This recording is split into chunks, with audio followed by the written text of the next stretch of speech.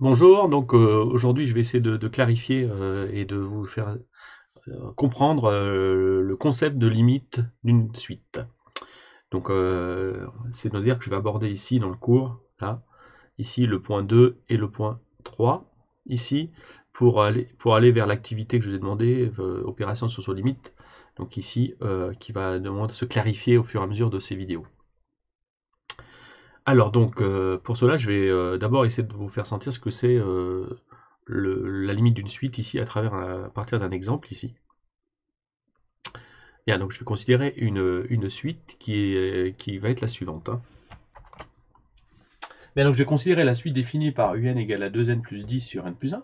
Donc ici une suite définie de façon explicite. Donc pour ici faire le premier démarrage. Donc l'idée c'est qu'on va se poser la question, qu'est-ce qui se passe là pour les termes de la suite UN lorsque n devient très grand, de plus en plus grand, infiniment grand, hein. Alors qu'est-ce qu'on entendra par infiniment grand? Donc déjà, pour bien comprendre, on va faire deux choses parallèlement. On va écrire un algorithme qui va calculer les termes de la suite UN, comme ça on va pouvoir explorer les valeurs pour des grandes valeurs de n. Et par ailleurs, on va aussi tracer graphiquement ici cette suite-là. Alors je rappelle que pour une suite définie de façon explicite, hein, lorsqu'on veut représenter graphiquement une suite, quand elle est définie de façon explicite, tout simplement, on considère l'indice qu'on représente sur l'axe des abscisses, et on considère tous les points dont les coordonnées sont n pour l'abscisse et un pour l'ordonnée. D'accord? Et ça forme un nuage de points. D'accord? Donc je vais faire un premier calcul. Donc ici, pour le premier point, on prend n égale à 0, donc on calcule u1 dit 0. Donc on remplace ici ce qui nous fait 2 fois 0, plus 10 sur 0 plus 1. Donc ça nous fait 10 sur 1, donc ça fait 10. Donc ce qui nous donne un premier point, ici, dont les coordonnées seraient donc 0, ici 10. Donc, ensuite, lorsque n égale à 1, on calcule u1. Donc je fais donc 2 fois 1 plus 10, ça fait donc 12. 12 divisé par 1 plus 1, donc ce qui nous fait 2, donc ça nous fait 6. Donc ce qui donne un deuxième point dont les coordonnées vont être 1, 6. D'accord? Voilà le principe, hein. D'accord? On répétera l'opération autant de fois nécessaire. Donc ce que je vais faire là sur mon bureau, c'est que je vais calculer les termes de la suite avec Python. D'accord? Plein de termes pour regarder ce qui se passe. Et on va les représenter ici graphiquement sur GeoGebra ici à l'aide d'un nuage de points. Comme ça, je pourrai interpréter ce que je vais amener comme concept ici. D'accord? Voilà pour la procédure. Bien, voilà nouveau retour ici sur mon bureau. Donc la fenêtre à gauche ici que vous avez, c'est donc Spider, hein, ce qui permet de faire du Python aussi. Donc ici à gauche j'ai l'éditeur et à droite la console. D'accord? Donc ici, qu'est-ce que j'ai fait à gauche? Alors, donc je vais zoomer un petit peu. Voilà. Donc à gauche, j'ai défini une fonction, hein, que j'appelle affiche tous les termes, qui donc dépend du paramètre n. Et donc cette fonction, pour moi, elle a pour objectif de calculer les termes de la suite du rang 0 au rang n et les afficher ici dans la console. D'accord? Donc du coup, j'ai créé une boucle for à l'intérieur ici pour i in range n plus 1. Alors ça veut dire qu'on va aller de range n plus 1, c'est-à-dire qu'on va de 0 jusqu'à n plus 1 exclu. Donc c'est-à-dire qu'on finalement on va de 0 à n inclus.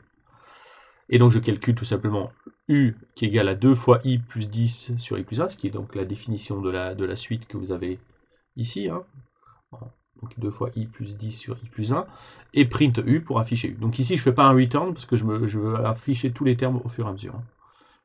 Ok? Donc j'aurais pu créer une liste, mais là je vais rester assez basique. Donc ici, comment j'appelle cette fonction? Alors, une fois que j'ai compilé, je compile la fonction, je l'appelle ici.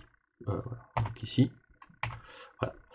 Si je veux afficher tous les termes jusqu'au rang 2, je remplace le n ici par 2 et je tape ça.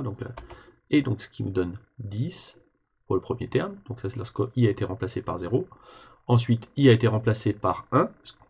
Donc on obtient 6, c'est ce qu'on avait calculé tout à l'heure au tableau ici. Et ensuite, i a été remplacé par 2, et donc ce qui nous fait 2 fois 2, 4, plus 10, 14, divisé par 3, 14 tiers, et ce qui donne 4,66. Donc là, on voit déjà que sur les trois premiers termes, la suite semble être décroissante, hein, 10, 6, 4,66 environ. Donc on va regarder ce qui se passe à long terme. D'accord? Donc je peux représenter par ailleurs, ici, ces termes que j'ai préparés ici. Donc là, sur le graphique ici, vous pouvez constater que je place n en abscisse, un en ordonnée, hein, sur GeoGebra. Et donc je plaçais le premier point ici de coordonnées 0,10, le deuxième point de coordonnées 1,6, hein, et ici, voilà le deuxième point. Donc on voit bien le nuage de points décroître. Donc on va se poser la question, que se passe-t-il lorsque n devient très grand? D'accord? Donc là je vais retourner ici, je vous demande d'afficher tous les termes, par exemple jusqu'au rang 5.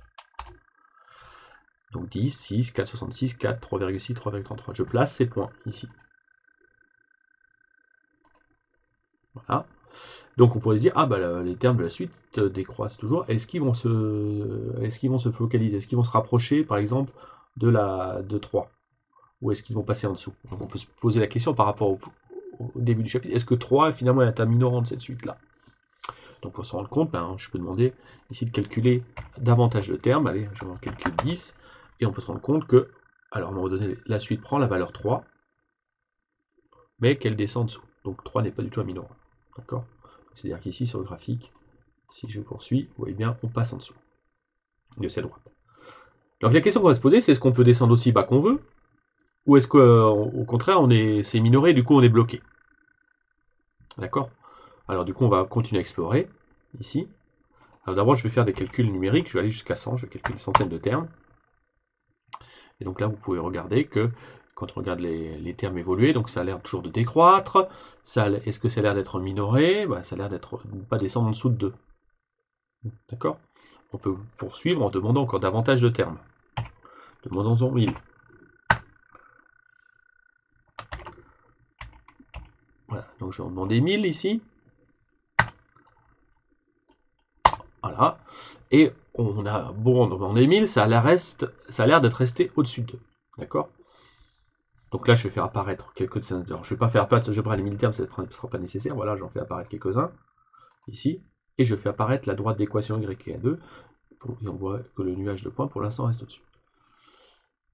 Alors, si on continue à explorer ici notre algorithme, en le faisant tourner avec des valeurs plus importantes, faisons 10 000 valeurs. Alors, s'il y a un peu plus de temps, on a l'air toujours d'être au-dessus de rester au-dessus de 2. Demandons son 100 000, est-ce que c'est pas trop pour lui? Non, il est en train de calculer devant vous, là. Donc là, le processeur va me prendre un peu plus de temps, c'est moins bien. Ouais, mais il a quand même réagi assez vite. Donc on a l'air de rester encore au-dessus de 2. Mais on peut même dire mieux que ça, on a l'impression qu'on s'approche, excusez-moi, qu'on s'approche ici de plus en plus près de 2. Et c'est ça qu'on va essayer de traduire. Qu'est-ce que ça veut dire? Donc on va essayer de dégager le fait que la suite devient de plus en plus proche de 2, sans passer en dessous. Ou pas, on ne sait pas. Il semblerait. Hein. Donc elle s'approche de plus en plus de 2, donc on va traduire ça par ce concept ici. Donc là je vais écrire ça. On va traduire ça par un concept qu'on appelle la limite. Hein. Donc je vais l'écrire ici en plus gros. Donc la question qu'on va se poser, j'espère que ça filme toujours, hein, parce que sinon je vais à chaque fois. Voilà.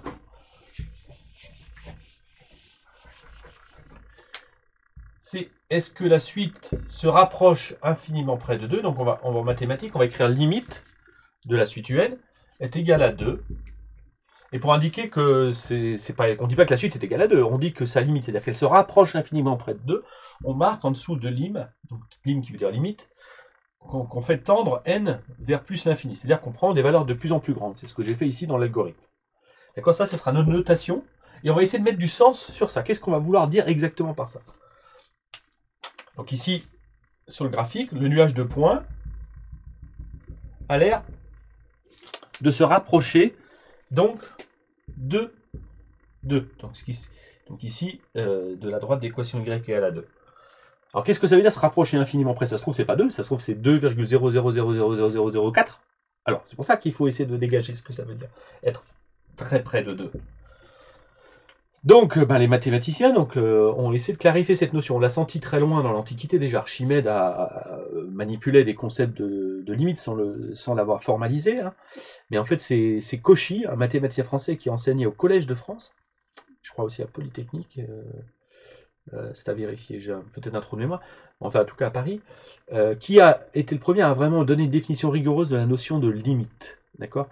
Et on va voir que ça a été nécessaire parce qu'on travaille qu'intuitivement avant et on a commencé quand on fait que les choses intuitivement, on a l'air de comprendre les choses, mais des fois on tombe sur un os, des choses qu'on se dit, ah ben non, finalement on n'a pas si bien compris hein, ce qui se passe, et il y a des trucs bizarres. Et donc souvent c'est parce qu'une notion n'a pas été formalisée rigoureusement, et on se dit, il faut un cadre. Donc là, qu'est-ce qu'on va essayer de formaliser ça?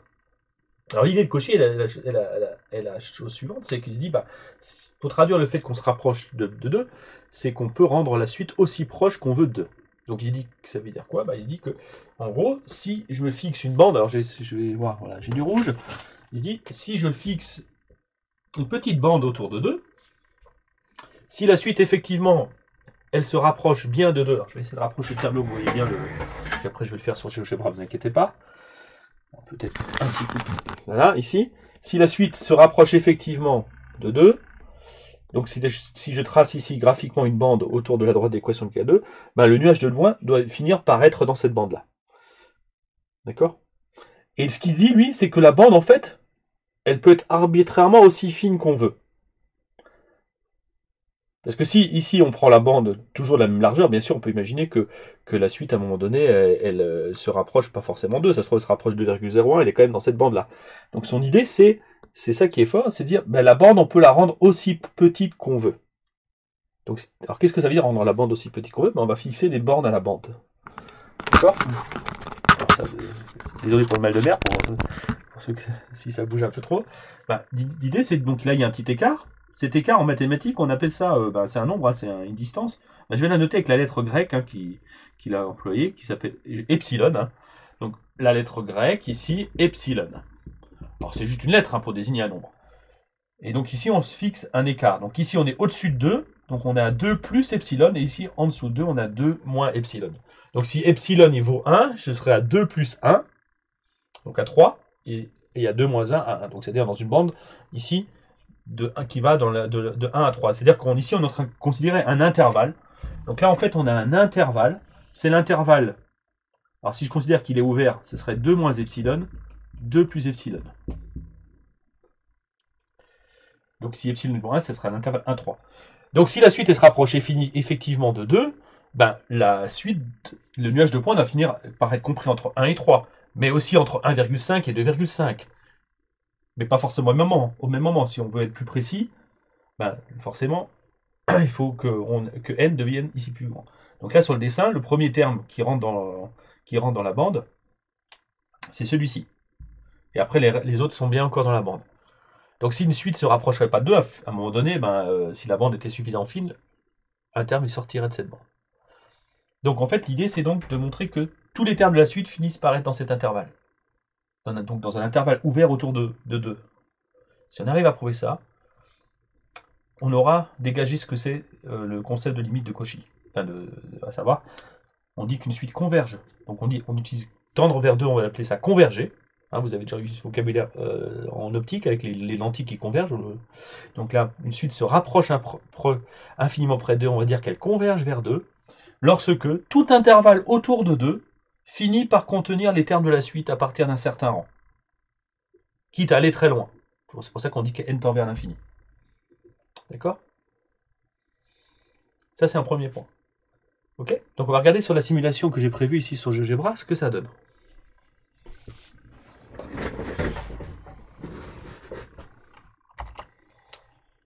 Bien, donc là je retourne sur GeoGebra, donc je vais fixer cette notion de bande. Donc, voilà, donc là je suis une notion de bande qui va de 1 à 3. Donc je vais afficher la valeur d'epsilon qui est égale à 1. Donc ici on voit sur le dessin que c'est à partir du terme que j'ai mis en rouge que le terme il rentre dans la bande. Alors bien sûr, ici on peut, si on change la valeur epsilon, on va rendre la bande plus fine. Donc je vais mettre donc ici les valeurs qu'on observe. Donc ici on voit que la suite elle est comprise dans l'intervalle 1, 3 dès lors que n est supérieur ou égal à 8. Alors ça je le dis, on le démontre, en fait j'ai fait des calculs pour le justifier, mais là on va pas pour l'instant se focaliser sur la démonstration, on va regarder ce qui se passe lorsqu'on fait la simulation.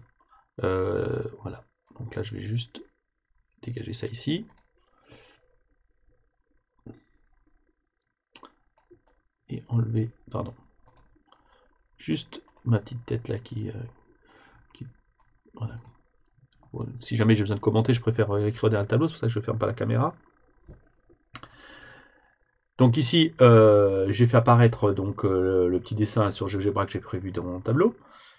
Et donc, est-ce que ça reste vrai? Donc, est-ce que la suite s'approche infiniment près de 2? Ben, regardons si on change epsilon. Et là, je vais passer à epsilon égale à 0,5. Bon, j'arrive pas à me mettre pile sur 0,5. Et donc là, on voit que, alors, ici, que la bande est plus fine. Donc forcément, la suite, ici, finit par être dedans, comme on avait pu le sentir. Mais pas à partir du rang 8, mais à partir du rang 15. Donc je l'ai fait apparaître en rouge ici. Et ça, c'est ce que c'est vrai pour n'importe quelle valeur d'epsilon. Ben, si on fait le calcul, si je vais être à 0,1 près, donc si je vais être aussi proche de 0,1, ben, il faut que j'aille jusqu'au terme 79. Donc là, vous voyez bien que alors on a l'impression que la suite est en dehors de la bande, mais si on regarde ici, alors il faut que je change l'échelle ici, hein, je vais changer l'échelle. Voilà, donc là le nuage de points on le voit plus, mais c'est à partir de ce rang là. Parce que là c'est devenu trop serré. Donc il faudrait que je zoome. D'accord? Alors du coup on pourrait écrire un algorithme qui nous dit à partir de quand ça rentre dedans. Hein. Ok? Donc là il faudrait que j'utilise un algorithme qui dit que ben, pour une valeur d'epsilon donnée, ben, à partir de quel rang je suis dedans. Donc c'est ce que j'ai fait ici, ce que j'ai fait. Donc, ok? Bien, donc là je vais proposer d'écrire un algorithme qui va rechercher le seuil qu'on voyait à droite ici. Hein, donc ici qui va nous fournir la valeur, voilà. Dès lors que je me fixe un seuil, donc ici, alors je vais remettre ici ce seuil, bon, je vais le remettre à 1. Dès lors que je fixe un seuil, c'est-à-dire une valeur d'epsilon, donc je cherche à partir de quand la suite finit par être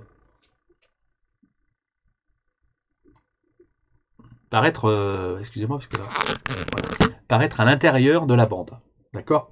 Donc ici, sur le graphique avec GeoGebra, on voit que c'est à partir du rang 8 que les termes de la suite sont plus petits que 3, enfin compris entre 1 et 3 strictement. Donc je vais demander à l'algorithme de trouver ça. Donc ici, comment ça se traduit ça? Dire qu'on est entre 1 et 3. Ici, d'un point de vue de l'algorithme, en gros, l'idée, c'est que je vais créer une boucle tant que. Donc à savoir, je vais me dire que la chose suivante, ben, je calcule les termes de la suite tant que je ne suis pas rentré dans cette bande. D'accord? Donc il faut que je dise que je traduis tant que la suite n'est pas comprise entre 1 et 3, ben, tu calcules le terme suivant. Et une fois que tu seras rentré dedans, tu t'arrêtes et tu m'affiches la valeur du rang. Donc c'est pour ça qu'un tant que va faire l'affaire, d'accord, avec un compteur. Alors comment traduire le fait que la suite n'est pas dans la bande 1-3? C'est-à-dire qu'il faut que j'exprime le fait que la distance entre les valeurs de la suite et 1 et 3 est plus grande que... pardon, c'est pas ce que je voulais dire. Donc je vais exprimer le fait que la suite n'est pas dans l'intervalle 1-3. Et donc on voit que l'intervalle 1-3 c'est un intervalle qui est centré en 2. Donc c'est-à-dire qu'il faut que je sois à une distance de 1 unité au maximum de 2. Donc comment mesurer la distance entre 2 et un nombre? Ben, je vais utiliser la valeur absolue. D'accord? Donc je vais mesurer la valeur absolue entre la valeur de la suite et la valeur de 2. Si donc c'est-à-dire l'écart entre la suite UN et 2 doit être en valeur absolue inférieur à notre seuil ici qui est égal à 1 pour l'instant. D'accord? Donc ici, si j'écris ça directement, je marquerai while. Alors, je vais peut-être zoomer hein, ici. Hein, on va zoomer. Voilà. Je pourrais dire, voilà, j'ai une suite. Alors, je vais d'abord écrire la valeur de n au départ, c'est 0. La suite au départ, elle vaut 10. Voilà. Alors, bien sûr, on peut aussi faire calculer hein, en mettant la formule, à savoir la suite u, c'est 2 fois n plus 10 divisé par n plus 1. Et donc je dis tant que u, alors je veux dire justement tant que la suite u, donc tant que la valeur absolue, donc ici la valeur absolue dans Python, c'est ABS. Donc, et donc là d'ailleurs il vous dit, hein, quand j'ai commencé à taper ABS, il a reconnu la fonction ABS et il a donné l'explication, donc j'aimerais bien qu'il vous réaffiche, voilà. Et en fait, ici, ça marque bien, la fonction ABS retourne la valeur absolue de l'argument. Okay. Donc, tant que la valeur absolue de U-2 est, donc c'est-à-dire que la valeur absolue U-2, c'est l'écart entre U et 2, tant que cette valeur absolue est supérieure à 1, ben, je veux qu'il calcule, donc là vous mettez encore 2 points après le while, je veux qu'il augmente déjà le compteur d'une unité, d'accord, et qu'il calcule le terme suivant. Donc le terme suivant c'est donné par la même formule ici, vu que c'est une suite explicite, hein, on n'a pas besoin de mettre une formule récurrente, donc je remets la même formule, et là ben, je peux lui dire voilà, ben, à la fin de ça, ben, tu m'affiches la valeur de n. Donc ici, si j'exécute ça, ben, il me trouve le 8 ici, hein, vous voyez. Voilà.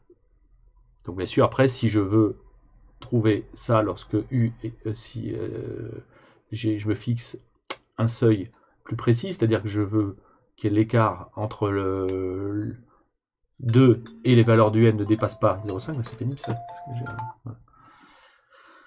Je mets ici sur 0,5, et là on devrait avoir ça. Alors attention, là j'ai pas réussi à mettre pile 0,5, hein, je pourrais mettre, il faudrait que je tape juste epsilon, là, voilà, epsilon égale à 0,5 exactement. Et là il va aussi mettre, voilà.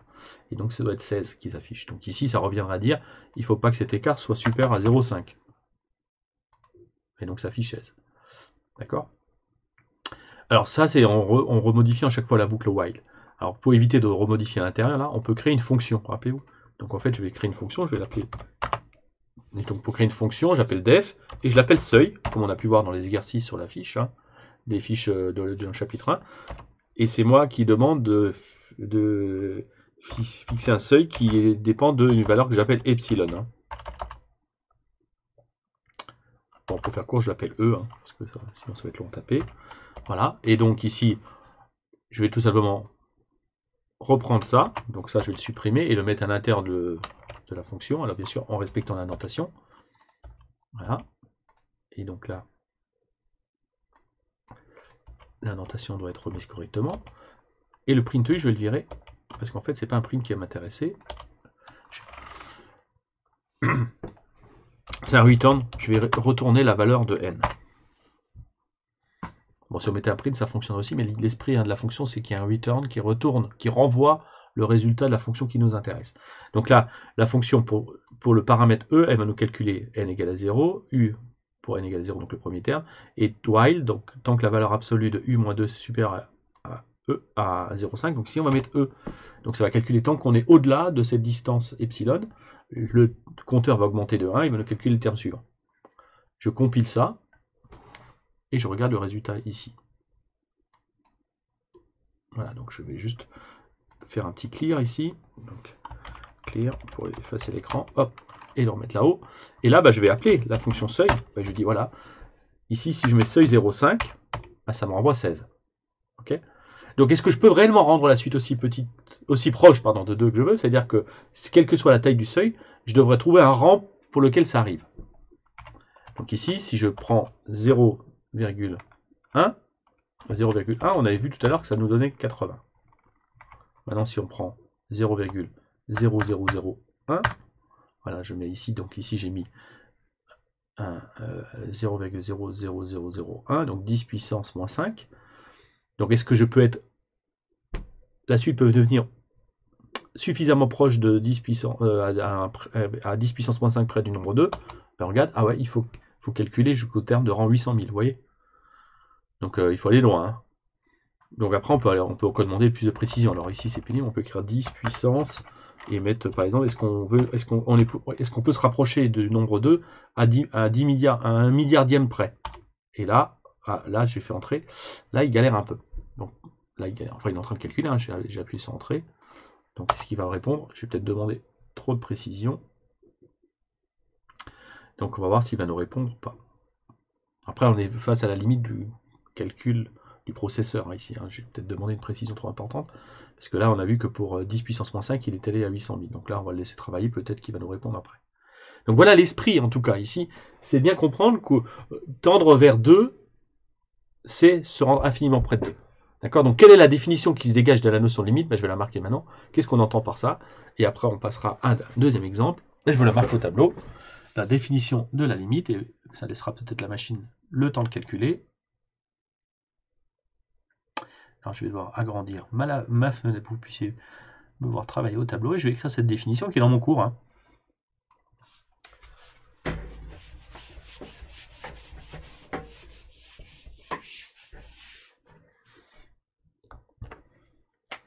Donc on dit qu'une suite UN tend vers un nombre L. Alors il faut que là, on regarde un petit peu pour que l'on voit ça. Voilà. Donc par définition, limite de UN tend vers un réel L, lorsque n tend vers plus l'infini, lorsque tout intervalle ouvert contenant L. Voilà, là, j'ai pas toute l'image. Je vais essayer de le mettre là.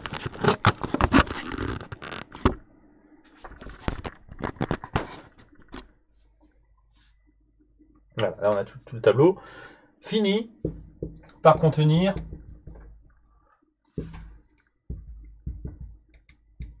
tous les termes de la suite à partir d'un certain rang.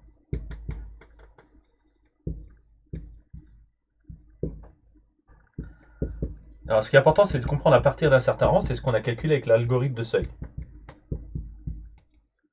Ça, c'est donc la définition de la notion de limite. Alors ici, si je veux la traduire réellement par des calculs, qu'est-ce qu'on entend par tout intervalle ouvert contenant L? Ça veut dire que chaque fois que je prends un nombre que j'appelle epsilon, parce que c'est la tradition en mathématiques de l'appeler epsilon, mais on pourrait l'appeler autrement, pour tout epsilon strictement positif, l'intervalle ouvert qui contient L, qui est naturel ici, c'est de faire L moins epsilon, L plus epsilon, c'est-à-dire qu'ici, c'est le fameux intervalle qui formait la bande autour de L, L moins epsilon, L plus epsilon, la fameuse bande, ici. Donc là, je refais le petit dessin ici. Donc on a un nuage de points. Et il se rapproche d'une valeur L qu'on veut. Et tout simplement, ça veut dire qu'on peut le faire rentrer dans n'importe quelle bande, c'est-à-dire qu'on a un intervalle du type L moins epsilon, L plus epsilon, qui finit par contenir les termes de la suite à partir d'un certain rang qu'on peut voir ici sur le dessin. D'accord? Donc pour tout epsilon, l'intervalle L moins epsilon finit par contenir les termes de la suite à partir d'un certain rang.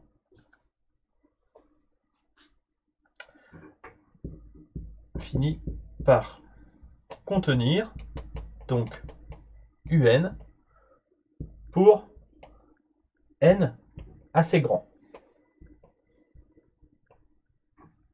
Alors c'est-à-dire, ça veut dire quoi exactement? Ça veut dire que il existe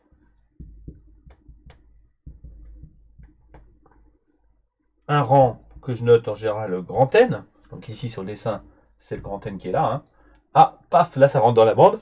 Il existe un rang grand N, à ne pas confondre avec petit n, attention à ceux qui notent les majuscules et les minuscules sans les différencier. Il existe un rang grand N tel que UN appartient à l'intervalle L moins epsilon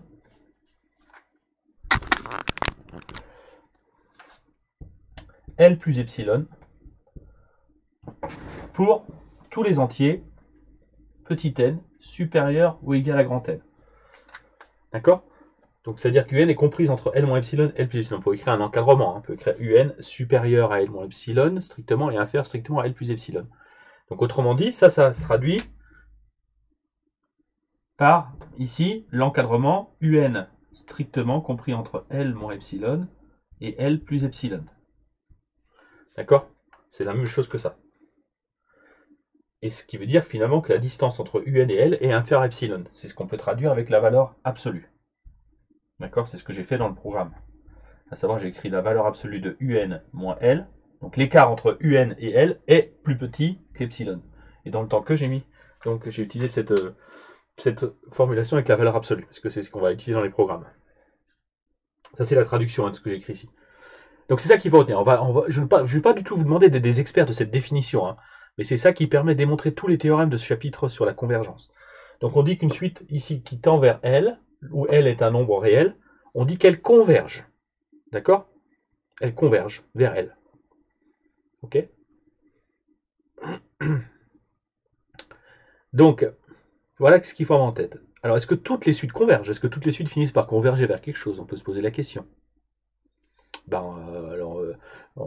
Est-ce qu'on peut toujours faire entrer une suite, un nuage de points dans une bande donnée? ben, on peut après prendre notre expérience des suites qu'on connaît, donc les suites qu'on appelle usuelles. Donc les suites usuelles, ben, vous avez vu les suites usuelles comme les fonctions usuelles, et il y a la suite n, bien sûr, la suite n carré, la suite n cube, la suite racine de n, la suite 1 sur n, 1 sur n carré. Donc toutes ces suites-là sont appelées des suites usuelles. Les suites géométriques aussi, on peut les rentrer dans ces catégories de suites usuelles. Donc si on balaye toutes ces suites de référence, est-ce qu'elles convergent toutes? D'accord? Donc pour cela, on peut déjà avoir un point de vue graphique ou un point de vue calculatoire. Hein. Alors, votre expérience graphique des fonctions usuelles vous permet normalement d'avoir une vision des suites aussi. Alors, je vais faire référence à quelques exemples ici. La vidéo elle a déjà duré 30 minutes. Après, je vais en faire une autre sur la suite du cours. Donc là, je vais d'abord faire un exemple de convergence.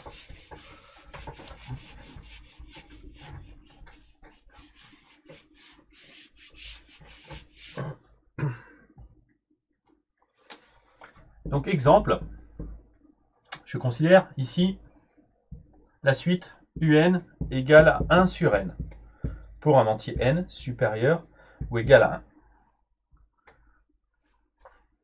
Et donc, vous savez, ici, c'est une suite qui est fabriquée grâce à la fonction inverse qui est x associé à 1 sur x. Donc, vous connaissez bien sa représentation graphique. Donc, la fonction inverse, c'est cette allure-là.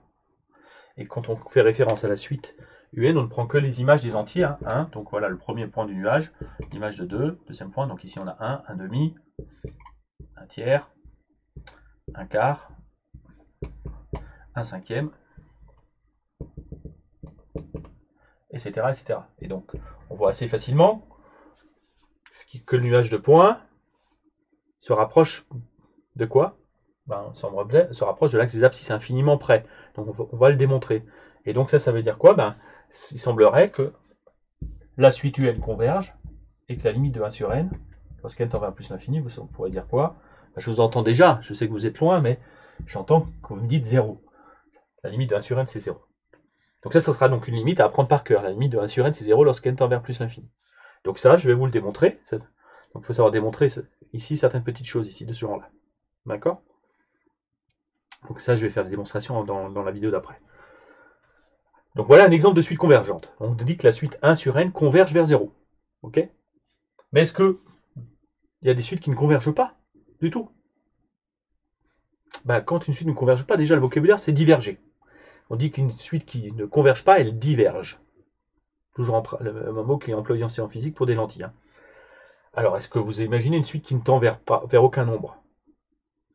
Prenons une suite usuelle qui est n carré. Donc je vais effacer cet exemple-là. Donc, exemple de suite qui diverge. Donc, je vais mettre au pluriel.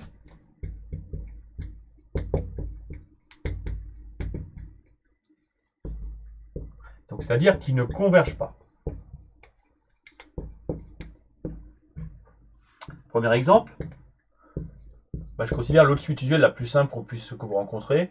C'est un égale à n carré. Donc, vous calculez un égale à n carré avec des valeurs de 0, 1, 2, 3, 4, 5, 6. Donc, 0, 0 carré plus 1 au carré, 2 au carré, 3 au carré. Vous calculez. Et vous avez ici, intuitivement, qu'est-ce qui se passe? Quand vous calculez l'image des entiers, donc vous allez avoir un point qui vont être représentés sur la droite, sur la parabole qui représente la fonction carré. Donc 0 au carré c'est 0, 1 au carré c'est 1, 2 au carré c'est 4, 3 au carré c'est 9. Je ne sais pas à l'échelle ici, hein, etc., etc. Alors est-ce que ça, à votre avis, ça converge? On sent bien que ça va être difficile quand même. Hein. Est-ce que ça se rapproche d'un nombre? Déjà, on voit que c'est croissant strictement, mais est-ce que ça se rapproche d'un nombre? On sent bien que n au carré, si je prends n de plus en plus grand, et ça devient toujours plus grand, vraiment, et que je peux le rendre aussi grand qu'on le veut, hein, en fait. Hein. Est-ce que je peux dépasser 1000 avec n carré? Si on prend n égale à 100, 100 au carré, ça fait déjà 10 000. Donc on dépasse largement 1000. Est-ce qu'on dépasse 1 million? Il suffit de prendre n égale à 1000. Hein, si on prend plus de 1000, comment c'est que 1000 au carré, ça fait 1 million. Donc on dépasse 1 million. Donc tous les termes finissent par dépasser 1 million si on prend n plus grand que 1000, strictement. D'accord? Donc on voit pas. Donc en fait, ça c'est une suite qui diverge. Et on va voir que du coup, on va pouvoir donner un sens à ce que c'est la limite lorsque n tend vers plus l'infini de un. On dit qu'une suite tend vers, ici, cette suite-là, tend vers plus l'infini. Et on va traduire dans le cours, qu'est-ce que ça veut dire? Ça veut dire que la suite peut être rendue aussi grande qu'on le souhaite à partir d'un certain rang. Donc c'est-à-dire qu'ici on fixe un seuil. Si je fixe un seuil A, une droite d'équation, le nuage de points finit par être au-dessus de ce seuil. À partir d'un rang donné ici. Donc vous regardez la définition que j'ai marquée dans le cours. Donc on dit qu'une suite tend vers plus l'infini. Donc on dit qu'elle diverge vers plus l'infini. Lorsqu'à partir d'un certain rang, je peux rendre la suite aussi grande que n'importe quelle valeur de A que je choisis. Donc ça, par définition, ça signifie que pour tout intervalle du type A plus l'infini, donc c'est ce qu'on voit ici, toute valeur au-dessus ici, finit par contenir la suite à partir d'un certain rang.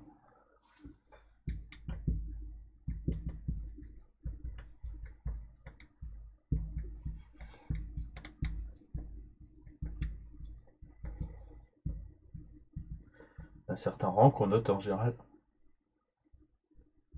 grand N. D'accord?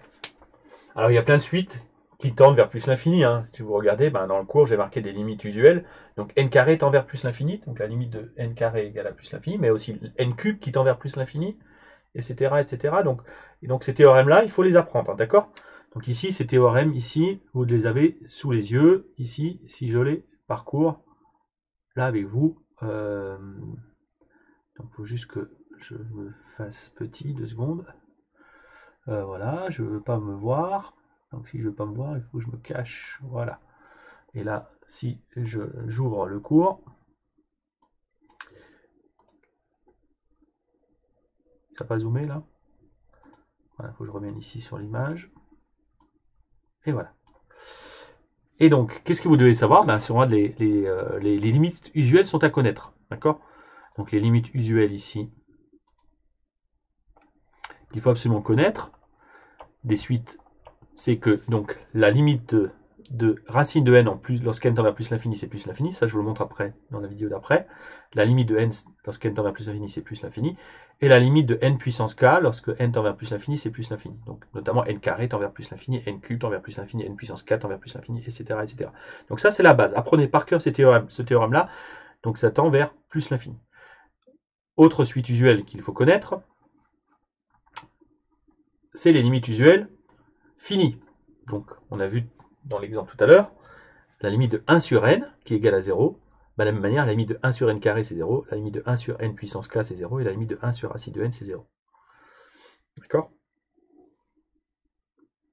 Donc ces suites-là sont des suites convergentes vers 0. Ce sont des limites usuelles basées sur la fonction inverse ou l'inverse des puissances de n. Et on dira qu'une suite converge vers un réel L, tout simplement lorsque la limite de la suite un moins L, c'est 0. Donc si une suite tend vers 2, ça signifie en fait que un moins 2 tend vers 0. C'est ce qui s'est passé avec la suite qu'on a vue avant. D'accord? Alors dans le cours, ici, j'ai remis des captures d'écran de calcul. Les démonstrations, là, vous n'avez pas besoin de la comprendre un peu en une première lecture. C'est si vous envisagez une classe prépa, maths, ça serait bien de la comprendre, mais pour l'instant, ce n'est pas du tout un objectif, donc je ne vous demanderai pas une démonstration de ce genre-là, je la passe en première lecture. Alors, existe-t-il d'autres suites qui ne convergent pas? En fait, il y a certaines suites qui n'ont pas de limite tout court. Donc, je reviens voilà, ici sur mon tableau. Il y a des suites qui donc ne convergent pas, qui tendent vers plus l'infini, ou qui tendent vers moins l'infini, ça peut arriver aussi, en prenant l'opposé de n carré. Donc exemple 2, si je fais la limite lorsque n tend vers plus l'infini de moins n carré, là ça fait moins l'infini tout simplement, parce que c'est l'opposé d'n carré, donc en fait la suite, elle graphiquement, vous allez voir, elle finit par descendre aussi bas qu'on le veut. D'accord? Donc ici vous avez les termes qui sont sur une parabole et ça descend aussi bas qu'on veut. C'est-à-dire que si je fixe un seuil du type a moins l'infini, la suite finit par être en dessous, inéluctablement. Donc on peut voir déjà qu'on a des suites qui convergent, des suites qui divergent vers plus l'infini, et des suites qui divergent vers moins l'infini. Mais il y a des suites un peu particulières qui, elles, n'ont pas de limite du tout. Elles tendent ni vers un nombre, ni vers moins l'infini, ni vers plus l'infini. Donc, si je considère la suite moins 1 puissance n, je vous en avais parlé lorsque je travaillais sur les majorations minorations, qu'est-ce qu'elle a de particulier? Si je la dessine. Vous vous rappelez, moins 1 puissance n, c'est égal à 1 si n est pair. Parce que moins 1 puissance un nombre pair, vous faites moins 1 fois moins 1 fois moins 1, un nombre pair de fois, ben, d'après la règle des signes, ça finit par faire plus 1. Et si moins 1 puissance n, vous le faites avec un nombre n qui est impair, vous le calculez, vous obtenez moins 1 tout seul. D'accord? Donc ça donne 1 si n est pair et moins 1 si n est impair. Ce qui veut dire sur le graphique, si je fais moins 1 puissance 0, ça fait 1. Si je fais moins 1 puissance 1, ça fait moins 1. Donc là j'ai moins 1, là j'ai 1. Donc j'ai là 1. Si je prends moins 1 puissance 2, j'obtiens moins 1 carré, je retrouve 1. Si je fais moins 1 au cube, j'obtiens moins 1. Moins 1 puissance 4, j'obtiens à nouveau 1. Moins 1 puissance 5, j'obtiens moins 1. Donc votre nuage de points, il alterne en fait des valeurs entre les valeurs 1 et moins 1, 1 et moins 1 sans arrêt. Donc si vous regardez bien, ça, est-ce que ça peut converger? Alors je ne vais pas faire de démonstration ici, mais je vais vous faire sentir ça. Si ça convergeait, ça veut dire que ça se rapprocherait d'un nombre. Est-ce que ça peut se rapprocher de 1? Bah, si je fais une bande autour de 1, est-ce que ça finit par rentrer dans cette bande-là? Bah, le problème, non, c'est que il y a toujours des termes qui sont dans cette bande-là. Mais il y en a toujours j'ai beau aller aussi loin que je veux, j'ai toujours des termes qui vont en sortir. Il suffit d'avoir un exposant impair, aussi grand soit-il. Donc la bande-là ne contient pas tous les termes de la suite à partir d'avant. Même remarque aussi, je fais une bande autour de moins 1. Et bien sûr, si je fais une bande autour d'autres nombres réels, ben, la suite, il ne va jamais. Donc on voit bien que quelle que soit la bande que je prends, si elle est trop fine, si elle est trop fine, la suite ne rentre jamais dedans. Donc c'est dire que la suite ne converge pas déjà vers un nombre. Donc est-ce qu'elle peut tendre vers plus l'infini? Ben non, une suite, si elle tendait vers plus l'infini, elle devrait être, on pourrait la rendre aussi grande qu'on veut. Or, elle est majorée par 1, donc on ne peut pas tendre vers plus l'infini. Est-ce qu'elle peut tendre vers moins l'infini? Ben non. On ne peut pas la rendre aussi basse qu'on veut parce qu'elle est minorée par moins 1. Donc vous voyez, on a une suite qui ne converge pas vers un réel et ne tend ni vers plus l'infini ni vers l'infini. Donc c'est une suite qui n'a pas de limite du tout. D'accord? Donc c'est des suites comme ça qui alternent un peu. D'accord? Alors dans le cours, je vous ai marqué qu'il y en a d'autres qui ont ce comportement-là. C'est le cosinus de n et le sinus de n. On avait vu qu'ils étaient aussi des suites bornées. Alors, donc c'est l'exemple 4, cos de n ou sinus de n. Et là, en fait, quand on aura étudié les fonctions, on n'a pas fait le graphique de ces fonctions-là, mais grâce aux cercles trigonométriques, je rappelle que le cosinus, c'est l'abscisse d'un point du cercle trigonométrique repéré par un angle x. Et donc forcément, le cosinus, quand l'angle on prend n'importe quel entier, donc on fait le tour comme ça, hein, le cosinus il va changer de position tout le temps, et il va varier entre moins 1 et 1, sans arrêt, donc déjà c'est borné, donc ça ne peut pas tendre vers plus l'infini, vers moins l'infini. Et en fait, le fait que ça alterne sans arrêt entre moins 1 et 1, on est un peu dans la même problématique que là, sauf qu'il y aura le nuage de points, il va prendre plein de valeurs intermédiaires, mais il ne va jamais se focaliser autour d'un nombre. Donc en fait, on peut démontrer, c'est délicat, mais là, on l'admet, hein, on admet tout simplement que ça se rapproche d'aucun nombre. Donc le cosinus, le sinus et moins 1 puissance n sont des exemples, enfin sont des contre-exemples du coup de suites qui, ici, ne convergent pas et qui n'ont pas de limite du tout. D'accord? Donc il faut juste les connaître parce que ça peut être utile pour comprendre mieux la convergence aussi. Donc c'est vrai qu'il y a des choses qui ne convergent pas. Voilà pour cette explication-là. Donc si je résume ici, après cette vidéo-là qui est un peu longue, j'essaie de vous faire comprendre les différents éléments du cours qui sont donc jusqu'à la page ici. Alors que je fais la synthèse de ce qu'on a vu. Donc les exercices d'introduction ici sont corrigés, hein, vous pouvez les regarder. Donc comprendre la définition. Donc dire qu'une suite converge vers un réel L, ça veut dire que tout intervalle finit par contenir tous les termes de la suite à partir d'un certain rang. Comprendre la notation. Le traduire, cette définition à l'aide d'un réel epsilon, c'est bien d'avoir compris ça pour vous faire ma démonstration. Et retenir qu'une suite qui diverge par définition, c'est une suite qui ne converge pas. On retiendra également que la limite d'une suite, si elle existe, elle est forcément unique. D'accord? Et que toute suite qui converge est forcément bornée. D'accord? Et que la réciproque est fausse avec les contre-exemples que j'ai évoqués. Donc là, l'exemple, le calcul là, vous pouvez le passer. Et retenir surtout les théorèmes qui sont là. Donc à savoir les limites des suites usuelles, limite de 1 sur n, limite de 1 sur n carré, limite de 1 sur racine de n et limite de 1 sur n puissance k. Toutes ces suites-là tendent vers 0 lorsque n tend vers plus infini. On dit qu'elles convergent vers 0. Ensuite, les limites infinies. d'une suite, donc qui part avec des suites tendent vers l'infini. On a vu l'exemple avec la suite n carré, et on a vu qu'une suite tendait vers l'infini lorsque tout intervalle finit par contenir, tout intervalle du type a plus l'infini finit par contenir tous les termes appartenant à vous. Je vous invite à surligner ça. C'est-à-dire qu'on peut la rendre aussi grande qu'on veut. Donc je vais l'exploiter dans le cours après, et je vais démontrer ça dans la prochaine vidéo.